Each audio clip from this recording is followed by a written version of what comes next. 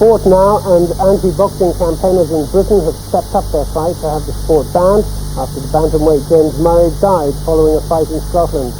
25-year-old Murray, who was fighting for the British title, never regained consciousness after collapsing in the last round of the fight in Glasgow on Friday night.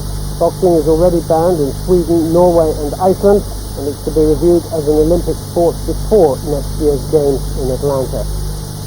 Joining me now is the British boxer O.J. Abrahams. O.J., a sport that routinely kills and cripples. That's how people are looking at it today. Calls for it to be banned. What would you say? Well, first, before I say anything, I'd like to send my thoughts out to the family of James Murray and his family. I'm sorry about that, but all I can say is, like I've said in Watford, where I come from, and all the kids, is that boxing's an art, and that it's a skilled sport. You know, you just don't go in there and knock hell out each other. You're trained, and if they were to ban boxing, it would only go underground and be unlicensed fights, and you know, just be uncontrolled. There'd be no medical supervision, and I wouldn't even like to think about it.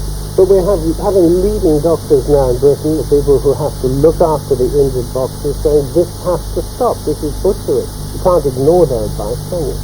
Well, nobody's ignoring it, but you know, nobody's holding a gun to the fighter's head so they get in the ring.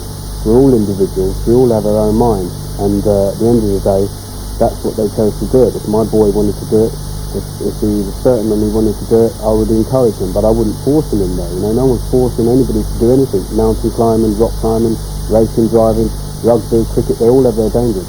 But there comes a point when the injury toll is so great, it's not entertaining to see anymore. I mean, you look at the names, Steve Watt, Rod Douglas, Michael Watson, I mean, the list goes on, doesn't it? Yeah, you can say the list goes on, but then you could look at the tragedy in mountain climbing from 1984 to 1995. There's been 87 deaths in mountain climbing, and every sport has their dangers. Boxing is just one of those sports. I mean, you know, at the end of the day, it's a sport, and we love it. Is it possible to make it safer? What do you think should be done? Well, there is ways of making it. There's probably ways of making it safer. It's not for me to. It's for the British Boxing Board of Control, the World Boxing Council, and things like that to get to go in and to sort things out. But as far as I'm concerned, if you make it any safer than what it is now, it wouldn't be boxing, you know.